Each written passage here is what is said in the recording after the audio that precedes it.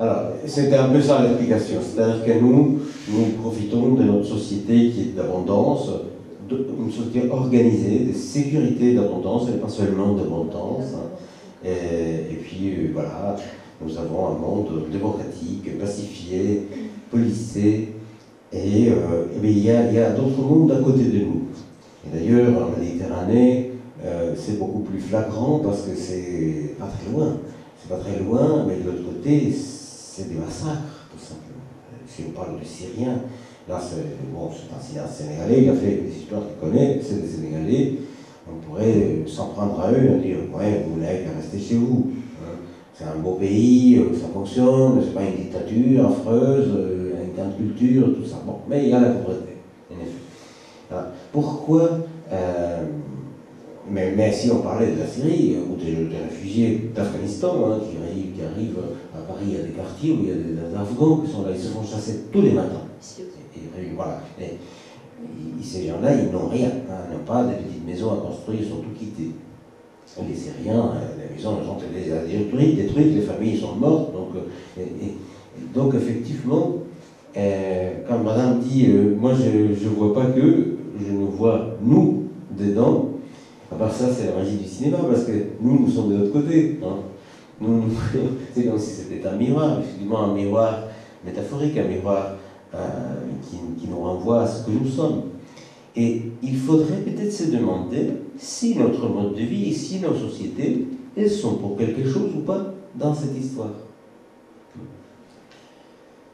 C'est pas très loin, je pense, un endroit qui est très connu, qui est visité actuellement, dont ils partaient des bateaux d'esclavage dans la traite triangulaire du 18e, 18e et jusqu'au 19e siècle, ça a continué. Il y a plusieurs ports, là, plus au sud, d'autres plus au nord. Ça enrichit des comptoirs, ça enrichit bien sûr les Caraïbes, les Sucaries, mais aussi Bordeaux, Nantes, Amsterdam, voilà, ça enrichit les sociétés européennes pendant des siècles. Bon, on dirait, les descendants de ces gens-là, ils sont tous morts, ça fait une histoire ancienne, mais voyez, ce sont des questions qu'on peut se poser. Si la métaphore est maximisée, si on veut, c'est-à-dire la question écologique, c'est la même chose.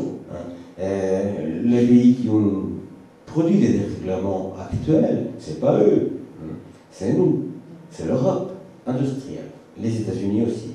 Maintenant, c'est la Chine, mais on commence seulement. Lorsqu'elle fera autant, aussi bien que nous, il ne restera plus de climat à protéger. Ça, tout le monde le sait, même Claude Allègre, même ce qu'on appelle les climato-sceptiques. Ils le savent, mais ils ne le disent pas parce qu'ils se font voir en faisant l'intéressant. Donc là, il y a quelque chose qu'en philosophie politique actuelle, ça se discute dans des colloques tout à fait universitaires, tout à fait à l'abri, et on appelle ça la thématique de la justice globale. Et il y a la justice dans les sociétés, thématique traitée par exemple par deux théoriciens libéraux, c'est pas par les plus allumés des marxistes, mais par exemple John Rawls, philosophe américain du libéralisme, il se pose la question de quelles seraient les conditions d'une société juste. Et même que d'autres théoriciens proches de lui, ils appellent ça une société décente. C'est-à-dire qu'ils disent que même une société juste, c'est trop demandé. Mais lorsque les inégalités sont indécentes, là, il faut quand même faire quelque chose. Et qu'est-ce qui serait faisable pour qu'il soit acceptable, sans la violence, sans la révolution, sans l'expropriation, sans la violence révolutionnaire, sans faire la révolution russe, vous voyez, ou la collectivisation de l'agriculture, sans faire ce qui a produit déjà des désastres. Et il y a des règles rationnelles qui ont été établies pour ça. Mais même ces théoriciens qui est extrêmement libéral, qui est parfaitement accepté, et même c'est invraisemblable de le faire. Personne n'a jamais pensé que les règles de justice de John Rawls, par exemple, seraient applicables. Donc là, on est effectivement dans quelque chose qui relève un tout petit peu de la schizophrénie, même si c'est une métaphore psychiatrique. Bien sûr, ce n'est pas de ça dont Madame parle. mais c'est quelque chose qui relève, c'est quoi la schizophrénie? C'est cette sorte de psychose dans laquelle il y a un dédoublement, hein, il y a un clivage de personnalité. Schizophrène, il y a une double personnalité.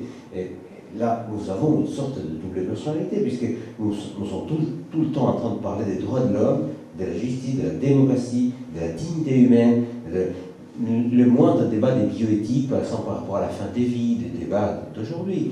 On parle de mourir dans la dignité, donner à la personne un maximum de liberté, qu'il puisse vraiment décider dans le dialogue, dans la conversation sensée avec ses proches, avec... Bon, c'est vraiment extrêmement civilisé. C'est encore beaucoup plus civilisé si on va plus au nord, en Suède. Même les inégalités sociales sont moindres. C'est étonnant, ça. Les riches ne sont pas si riches, les pauvres sont beaucoup moins pauvres, sont presque pas pauvres. Voilà, ce monde est extrêmement civilisé, vous voyez, et c'est là où le mot schizophrénie prend un certain sens, parce que ce monde-là est le nôtre, mais comment peut-il être le nôtre et non pas le sien à eux? Et ça, c'est, bien sûr, il y a des idéologies politiques, on les connaît très bien. D'ailleurs, ils ont des mandats Pope en Europe, on va voir ce qu'ils ont dans les élections européennes, qui disent ils n'ont qu'à rester chez eux, chacun chez soi. Hein. La France en français, on connaît très bien ces discours. La Hollande aux Hollandais, et ça prend aussi des registres assez violents. Bon. Donc, pour ne pas entrer dans cette idée qu'on connaît très bien, on pourrait se dire oui, mais voilà, ils n'ont qu'à rester chez eux. Hein, ils ont des beaux pays, ils immenses, mais voilà, le monde est mondialisé. Hein, ça veut dire ce que ça veut dire. C'est beaucoup de choses. C'est l'économie qui est mondialisée et c'est les télécommunications. C'est les images. Hein. Ces gens-là, ils n'arrêtent pas de regarder des images dans leur télé. Et ce qu'on montre, c'est les États-Unis, c'est Hollywood, c'est Paris, c'est Londres, c'est la City, c'est le monde de riches, c'est le monde de gens très élégants, très chics, qui font des affaires et qui s'éclatent et qui prennent l'avion. Alors ils se disent, pourquoi on n'aurait pas le droit? C'est ça qu'il faut effectivement penser. Les plus importants des fondateurs de la République démocratique et de toute la philosophie politique moderne, les plus importants, il y en a beaucoup, c'est Kant.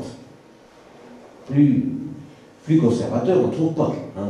La morale kantienne, la rationalité, la société rationnelle. D'ailleurs, c'était un chrétien, un traditionnaliste, piétiste.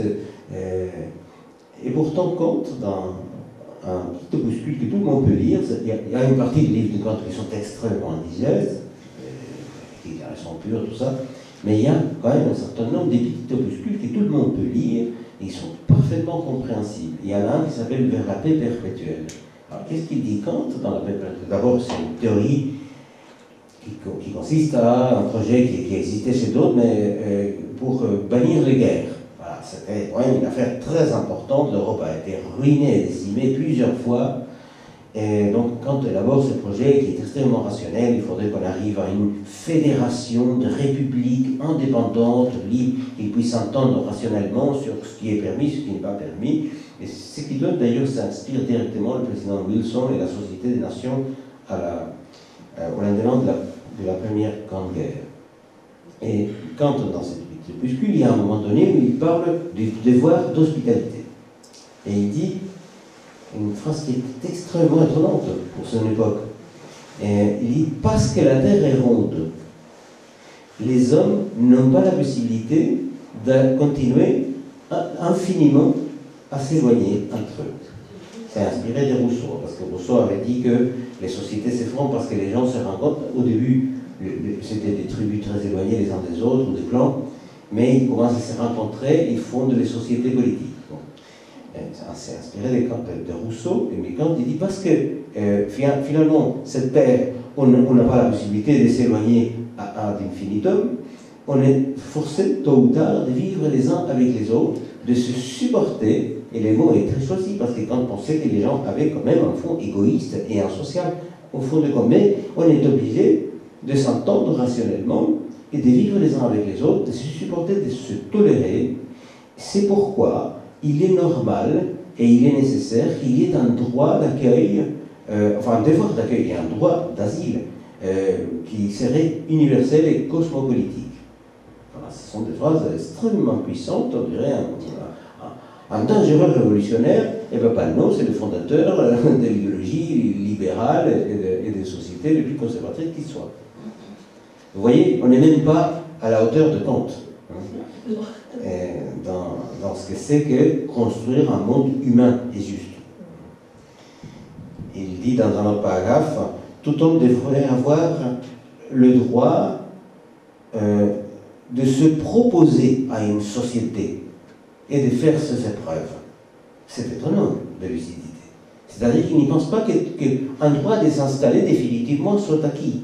Mais au moins, on devrait pouvoir faire ses épreuves. J'imagine que je suis un plombier polonais. Ah ben, il faut que je fasse mes épreuves. Si je suis un très bon plombier, n'importe si je suis polonais. Voyez-vous. Donc, ça, ces gens-là, ils n'ont pas cette chance. Parce qu'on les refoule d'entrée des jeux. Si ça se trouve, quelques-uns seraient effectivement de bons footballeurs. Vous voyez, c'est les rêves aussi des jeunes. Les rêves des jeunes. L'autre sera peut-être un bon chauffeur ou un excellent gardien ou un bon professionnel, un bon agriculteur. Vous voyez, mais pourquoi on n'a pas le droit d'essayer? Non, pardon. Non, ce n'est que nous qui pouvons essayer. Mais comme nous n'essayons plus, parce que qui veut être plombier ou qui veut être agriculteur aujourd'hui? Personne. En France, les campagnes sont désertées. Donc, c'est complètement pas étonnant.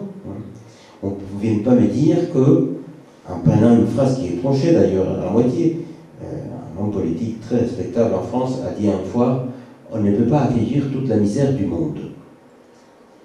Mais la phrase ne s'arrêtait pas là. Vous connaissez peut-être qui c'était. C'est Michel Rocard. Et on le cite, le pauvre, comme s'il avait dit que ça. En fait, Michel Rocard a dit, on ne peut pas accueillir toute la misère du monde, mais on doit prendre toute notre part. Chacun doit prendre sa part. Ce qui quand même change beaucoup de choses. Parce que quelle est notre part dans la misère du monde? Bien sûr, nous ne sommes pas responsables des famines qui ont lieu au fond du Sri Lanka ou au Niger quand cela s'est passé. Mais ce n'est pas seulement ça la misère du monde. Ce n'est pas les tremblements de terre ou les éruptions volcaniques, c'est beaucoup de choses. Et dans ce beaucoup de choses, nous avons une part. Notamment par l'enrichissement produit de l'esclavage, par l'enrichissement produit aussi du pillage des ressources naturelles. Parce qu'il n'y a pas que la traite. Il y a les mines, il y a les énergies. Vous savez que les eaux potables contiennent des centaines de produits différents, en dehors de milliers de brevets qui vont dedans. Ça, c'est le même que le gars. Et aussi des matériaux qui ne se trouvent que au Soudan, actuellement, les mines du Soudan, des matériaux qui sont radioactifs, qui sont extrêmement dangereux, mais on met quelques milligrammes, et ça a toujours été comme ça. L'Amérique du Sud, c'est la même chose. C'est le cuivre, qui est utilisé pour toute l'électricité, c'est l'étain, lui, avant c'était le salpêtre, quand on avait besoin de l'agriculture, après on a inventé un truc chimique, les salpêtres sont tombés en ruine, des zones gigantesques ont été désertées, et je connais très bien parce que je connais ces régions. Et bien voilà, c'est notre part. Enfin, j'ai dit notre comme un Européen, comme un habitant du Nord, on va ainsi dire, même si ce n'est pas mes origines.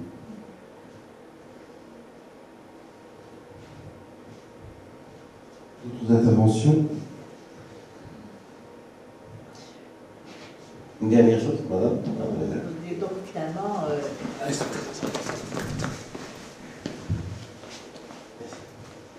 finalement, finalement, ça veut dire qu'eux, ils partent parce que c'est de notre faute, finalement. Ils s'en vont du Sénégal, un peu de notre faute. Parce qu'on leur a montré un rêve qu'ils voudraient atteindre, en disant ça c'est bien, et ils sont en partie. Donc ils partent parce que ça c'est une bonne partie de l'explication, mais ça c'est un ressort qui est naturel. Combien d'Européens sont partis parce qu'il y avait les rêves américains? Des millions, pas des milliers, c'est des millions. Et ça a fait l'Amérique. Donc c'est normal de partir. Et c'est ça qu'on ne comprend pas aujourd'hui. On voit que tout chacun reste là où il est. Mais pourquoi ils sont là? Parce qu'ils sont nés là. Mais c'est quand même un peu court. Oui. Mais madame, vous voulez le récupérer? Oui, parce que il y a Christine qui est à la porte. Ah oui, ce que je voulais dire, c'est qu'elle a... Comment le dire? Pour que ce soit moins conflictuel, moins politique. Le rêve du départ fait partie de la nature humaine. Et c'est des Africains. Vous savez que nous sommes Africains. Je pense que vous le savez. Tout vient d'à peu près de la région du lac Victoria. Enfin, tout au moins, l'espèce homme de Cro-Magnon, on appelle ça homme moderne, les paléontologues ont des terminologies très sympathiques, ou alors parfois on l'appelle homo sapiens. C'est-à-dire, quand on sait qu'il ne sait pas du tout où on va, on peut s'en douter déjà de cette terminologie. Mais je reviens à cette question du rêve. Est-ce notre faute de leur donner à miroiter un monde paradisiaque et en faisant cet appel d'air, comme on dit parfois? Et d'une part, oui, et d'autre part, il est naturel. Il est naturel, ce rêve. Je reviens aux Européens qui partaient en Amérique, et je ne parle pas de la Deuxième Guerre mondiale, je parle que ça commençait bien avant, évidemment, ça commençait avec la conquête, mais les grandes migrations du XIXe siècle, il y en a eu plusieurs vagues extrêmement importantes d'Européens qui sont partis aux États-Unis et en Amérique du Sud aussi. Et il y a eu des vagues d'immigration en 1870, à cause aussi des guerres franco-allemandes. Il y a eu déjà des migrations à cause des guerres napoléoniennes, et l'Europe a été ruinée plusieurs fois, plusieurs crises, à la fin du XIXe siècle aussi, et ça a fait de l'Amérique, ça a construit cette richesse. Et en Amérique du Sud aussi, il y avait des zones gigantesques où il n'y avait pas un chat. Il y en avait d'autres qui étaient occupées par des Indiens, on les a chassés parce qu'on ne se prive pas de le faire. Et on les a parfois décimés et parfois exterminés, ça a existé. Donc, il est naturel de vouloir partir là où il y a un futur, un avenir. Il serait aussi naturel qu'il y ait de l'avenir en Afrique, bien sûr. Donc c'est extrêmement complexe. Les deux choses sont vraies, je pense. Parce qu'on pourrait dire, comme certains hommes politiques, quand ils veulent se faire réélire, parce qu'il faut faire ça toujours, ils disent il faut arrêter l'immigration, mais en même temps, il faut faire des programmes de développement massif, qu'il y ait de l'investissement, qu'il y ait tout ça. Qui fait de l'investissement? C'est les banques, c'est le privé, c'est les transnationales. Donc quand un politique dit ça, il faut dire oui, mais vous allez faire l'investissement, d'où est-ce que va sortir cet argent? Donc déjà, d'une part, c'est un mensonge, mais même si on le faisait, c'est-à-dire si les banquiers du monde devenaient tout d'un coup samaritains et tout à fait humanistes et philanthropes, mais pourquoi pas, on peut toujours espérer. Un miracle peut advenir, mais même si on le faisait, il n'y aurait aucune raison morale ni politique juste pour fermer les frontières. Pourquoi? Parce que personne n'a fermé les frontières aux Européens pour aller en Amérique. Et c'était bienvenu. Donc, alors, on peut dire, oui, mais c'était sous-peuplé. Ben oui, c'était pas si sous-peuplé que ça. On a quand même, comme on dit, exterminé des peuples entiers, dont il n'existe la moindre trace. Les langues ont disparu, la culture a disparu. Il y a des traces, les archéologues trouvent maintenant. On sait qu'il y a eu des villes importantes aux États-Unis. On pensait que c'était au Mexique, chez les Incas. Non, il y avait aussi des villes importantes qui ont été exterminées. Bon, bref, l'Europe serait-elle surpeuplée? On n'a qu'à regarder, on n'a qu'à faire l'expérience. Mais pour ça, effectivement, il faudrait que toute la rationalité qui est employée dans le monde politique change. Et elle n'est pas prêt de changer. Moi, je me tire un peu les cheveux parce que les intellectuels ne font pas tout à fait leur boulot. Il faudrait vraiment repenser des fonds d'un comble la société humaine. Là, vous avez raison, madame, avec les schizophrénies.